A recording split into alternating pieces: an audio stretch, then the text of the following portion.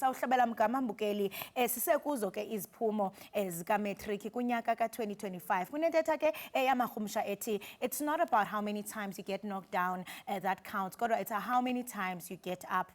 Inguqulela ke mbukeli ithi ukubaluleka ayikuko ukuba uwiswe phansi kangakanani nakoko ukuphinda uvuke uzivuthulule uphakame. Lo myalezo ke uthwele ubunzima obuthile kumawaka wabafundi bematriki abayeke abafikelela kwiziphumo ebebenethemba lazo kwimviwo zabo zokuphela konyaka. Namhlanje ke sijonge ukukhuthaza abo abathe abaqhuba kahle kwiziphumo zabo zokuphela kunyaka kamatric. Sawuthi ke sidlana indlebe naye Gqirha Sanele Gamede osuka ke kwiphulo elithi #matric ungazibulali. Masikubulise sikwamkele SABC lihaye. Usivumele sithi nyaka omtsha. Unyaka omtsha nomuhle kuwe sisi nakubabukeli bakho. Ngivumele ngithi happy new year. Masibulele kakhulu. Esizibonile imviwo sababona abantwana bebhiyozela in excitement. Kumnandi nakubazali kotitshala kuba kaloku kuyatshiwo into kubana uzala into oyilimileyo. Nakubeni bekunjalo sibone abanye abafundi bengxilihile kuba zange baphumelele bona. Ndiyafuna nje into kubana usinabisele into kubana ungaphumeleli kumatriki kutsho ntoni kumfundi. Angiqale ngokubongela bonke abaphumelele nabafikile kumatikuletsheni bawubhala kulabo abangaphumelelanga ukungaphumi ephepheni noma ukungaphumeleli ikakhulu ngalendlela obufisa uphumelela ngayo akusho ukuthi impilo seyiphelile akusho ukuthi kumele uphonse ithawula. Si #matric ungazibulali campaign sikhulumisa noma sikhuluma nomntana ekhaya ukuthi ungazibulali andisuke singasho ukuthatha impilo yakho kuphela, sisuke sisho ukungabulali amaphupho akho ngoba umuntu onganawo amaphupho ufana nomuntu nje ohamba efile. So siye sithi lokhu ngolimi lesingisi babiza ngesetback akusho ukuthi sekumele bese sophonza ithawula. Siyaqonda into kubana ukuchophela kwa imviwo noba uzophumelela noba awuzuphumelela lonto iba neqinzelelo engqondweni yakho. Naba baphumeleleyo siye sadlala indlebe nabo bebethetha into kubana yo bebene anxiety kune fears kukho zonke ezo zinto ezo. Ndiyafuna uqonda into kubana njengoku usebenza nabafundi ubanikeza imotivation yokuba bangazibulali, ingaba mhlawumbe izinto esingatsho into kubana zi-contributing factors kwisigqibo somfundi athi mna ndiyazibulala zilelephi? Kuningi okukhona singabala ipressure eqhamuka kubazali nomphakathi nezihlobo abantu abaningi basuke bekubukile bekugadile ukuthi uzowenza kanjani ku-matric. Now social media uyayidlala indima enkulu, abantu becelebrate left and right, uzibone wena ungathi usele ngaphandle. Kuningi abangani bayakwenza ukuthi ube nayo incindezi nanawe nje ukuziphatha kwakho ngonyaka odlule kuyakwenza ukuthi ufike la khona so unencindezi kakhulu uma bozitshelile impela ukuthi uzophumelela ngamalengiso. So kwenza leyo nto leyo uma usubona so ngasaphumeleli ikwenze impela uphathwe yilo ababiza ngeanxiety, uphathwe yidepression.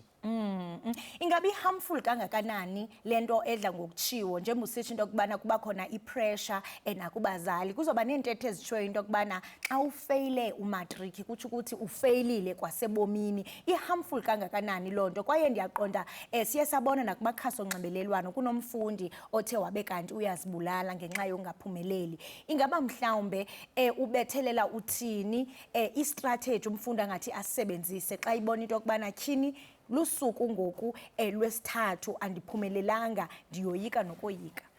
Ngiya understand kholo sengisuka khona lapho noma sekuneminyakana uma uzokhumbula sike saxoxa phambili eminyakeni endlule ukuthi ngiqedile umatric wami oqala ngabuyela emuva ngenze ugrade 10 kabili ngenza ugrade 11 kabili ngenza ugrade 12 kabili. So ngiya understand ukuthi uzizwa kanjani, kodwa into engifisa uyazi ukuthi akuphelile ngempilo. uma ngila namuhla ungibize ngogqirha ngifundisa lapha e-University of Johannesburg ngibhale incwadi ngenze impact enkulu kubantu abasha bekungeke kwenzeke konke lesengiyibo nesenginawo kube ngaphonza ithawula ama results abhlungu but into engiyicelayo ukuthi ufune umhlahlandlela wokuya phambili okufaka phakathi ukuthi ulungise either izifundo zakho lezo ongazenzanga kahle noma ubuyele esikoleni and siyawuthokozela noma siyasithokozela isinqumo somnyango wemfundo yamabanga aphansi ukuthi abantwana bebafunda umatric ngonyaka odlule bakwazi ukubuyela ezikoleni balungise izifundo zabo kune matric second chance program umnyango oyivulile seyineminyaka iyakwazi ukusupporta abantu kusukela lapha yana ku2008 kholoze bayakwazi abantu ukubuyela ku-matric and siyaqhuquzela ukuthi abantu ababuyele esikoleni bangathathi nje ama results abo bese badetermine ifuture yabo ngawo. And kulento ithethayo siye sibona abanye bathe babuyele esikolweni umuntu abuye azimisele ashare indaba ezimnandi athi into kubana ndiye ndaphumelela ndiyafuna ukuqonda ke ngoku kumfundi othe wabe kanti akaphumelela kumaxa amaninzi abanye uzafumanisa into kubana unomvandedwa uisolated nawe ungumzali mhlawumbe awumazi noba ungamthini ingaba mhlawumbe ngaphambi kokuba okanye ufumanisa into kubana ukwingcinga zokuba angazibulala zeziphi impawu abazali abahlobo nathi siyi-community esingathi sizijonge emfundini esingathi into kubana usanda ukufumana iziphumo ezingancumisiyo? Siyamazi lo muntu ukhule phambi kwethu uhlala nathi mhlawumbe uphile emphakathini esikuwo asiwanaka ama changes afaka phakathi ukuba nama mood swings nje all of a sudden akasafuna ukukhuluma so ufuna ukuzivalela endlini kwesinye isikhathi nje so udelete nama social media platforms sekunezinto nje abanye uthola ukuthi sebathengisa nezinto zabo eziyigugu kubo uyubona ukuthi awu nanga umuntu enziswa komuntu ozohamba why manje esekhuluma namagama akhombisa ukuthi ayi mina vele lento ngiyayiyeka so izo lezi impawu ekumele sinake sisheshe sisukumele ngiyajabula nje bengichecka namuhla ekseni before ngize lana kunomfundi abantwana bafunda naye lapha eKZN lapha ko WhatsApp group okhulumile ukuthi hey mina lento vele angiyiboni angiboni ukuthi ngiphilelani washeshe wafonela umngani watshela uma wakhe siyazana uyangazi ukuthi ngirana this campaign sasheshe sangenelela bengibuze kuseni basho ukuthi hayi isimo sesi-calm down umntana so uya understand so ngiyafisa ukuthi sibe khona siba supporte but sibanikeze leso space sibezwe nokuthi bafisa ukuyapha empilweni. Usathetha ngalento yenzekileyo ndiyafuna into yokubana usityebisele nge#matric ungazibulali campaign ingaba nibanceda njani abafundi niba-identifya njani njengokuba ningogxala abalibanzi ninqanda into yokubana ingade ifikelele uba umfundi angazibulali ingaba bona banqonqoza beza kuni okanye ihamba kanjani nje?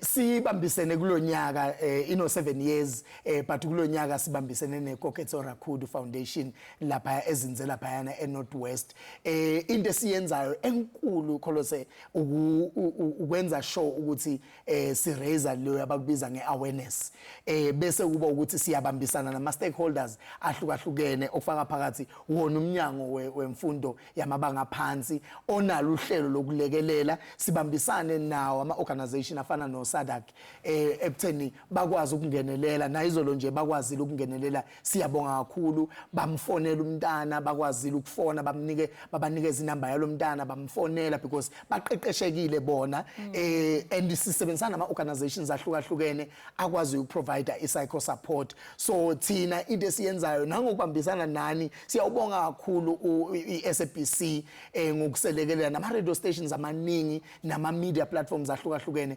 ngokuselekelela ukuthi information senze sure ukuthi it's out there, and that's what we mainly do. Of course sinalo ikhasi lapha ku Facebook la khona silalela abantu sibezwe ukuthi bathini bese sibanikeza information ngokufaneleyo bese bayaphuma baya la kumele baye khona. Yileyo kakhulu into esiyenzayo, and siyafisa ukubambisana nabantu abaningi abafisa ukubambisana nathi.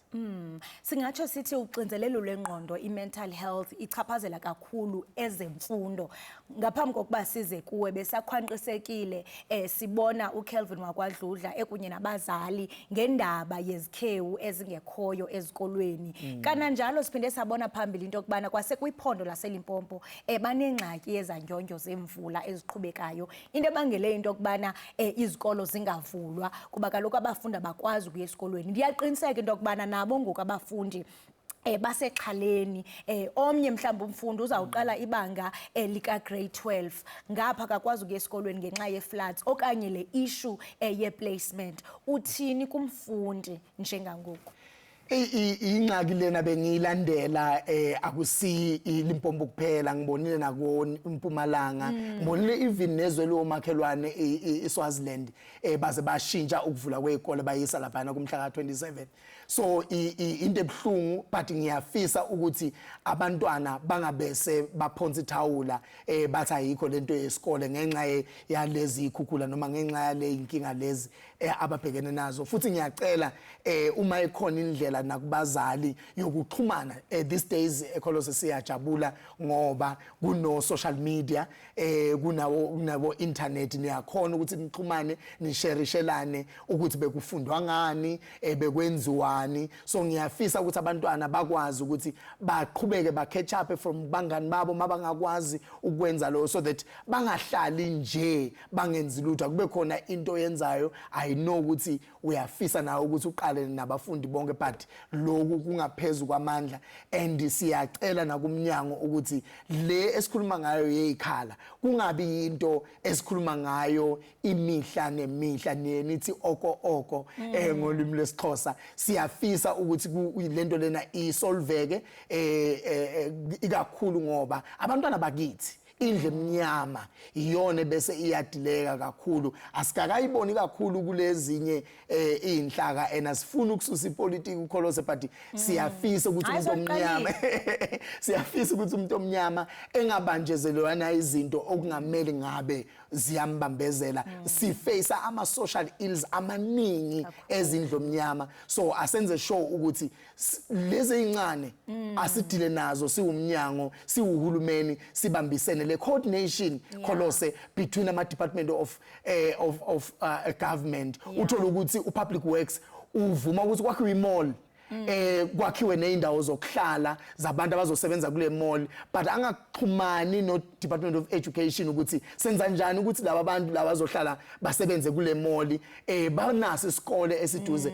Ngicabanga ukuthi uma singake sibe ne coordination kakhulu kuhulumeni sibambisane portfolio committees, let us be awake ukuze sikwazi ukuthi umuntu omnyama umuntu wakithi aqhubekele phambili. And into lena besixovula kananjalo phezolo sisithi into bangaba mhlawumbe uzafumanisa nakwezinye indawo kwakhiwa izindlu iRDP houses kodwa asikho isikolo. Uzibuza into kubana bazafuduka bayephi isikolo singekho, kodwa ngumba kakhulu lo obalulekileyo.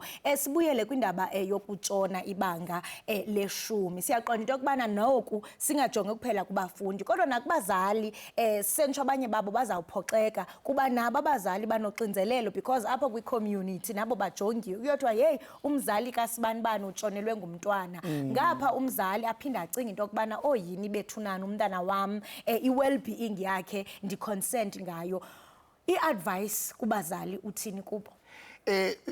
Isaqhubeka icampaign sikubonile kubalekile ukuthi sikhulumisane nabazali, because nabo bayivezile leyo ukuthi sanele nishiya ngemuva ngoba nathi sinayo incindezi ibe khona futhi ibona kakhulu. And uyazi uma ukhuluma nabo kholose uyabona nokuthi nabo labantwana bafakelwa incindezi abazali ngenxa yokuthi istatus sakhe umzali uzibona nkosami ingane yakhe ifunda e-University of Johannesburg mase kungasenzeki so ukhuluma namagama okungamele ngabo uyawakhuluma. So siyacela kubazali ngize ngathi uma ngikhuluma nabo ngathi umntana wakho lo but akusiya ama results akho ngicela ukuthi ukwamukele ukuthi bekufunda umntana and abantwana abafani bahlukahlukene ngiyazi ukuthi uinvestile kumntana wakho in fact ngiyangithandi legama le-investment because lo umntana wakho wenze what was necessary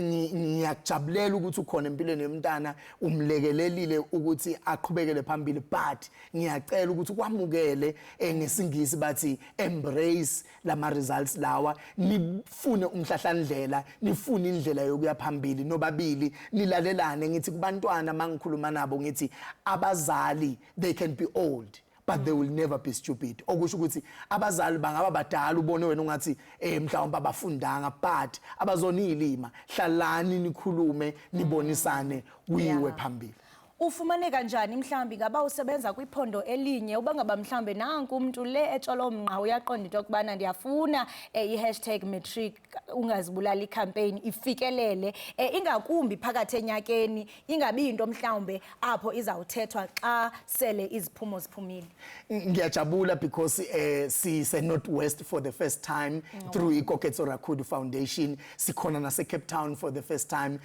siyacela makukhona ama organizations angafisa ukubambisana nathi ukuthi apartnerishe nathi because ngonyaka odlule besine Breathe and Grow mentorship and coaching program obekwi program ebeyimentorisha ikakhulu labantwana laba abangenzile kahle nalaba bakwa matric so siyafisa ukuthi sisabalalise kuwo wonke ama province but sisabalalise through ama organizations not ama individuals as we used to do besinama ambassadors across the country but this time around sifuna ukuthi kube ama organizations aqhuba lo mkhankaso kube nama programs enziwayo throughout the year so that kungabi inkulumo esikhuluma ngayo uma kuqala unyaka qaba nje amazwi amafutshane ongawanikeza kumfundi othi ngoku sele ndithatha intambo ndiyazixhoma kuphelile ngam ngifisa nokuthi ngibuke ikhamera ngiyazi ukuthi yipi efocus kumina because ngiyafisa umntana angizwe uma ngithi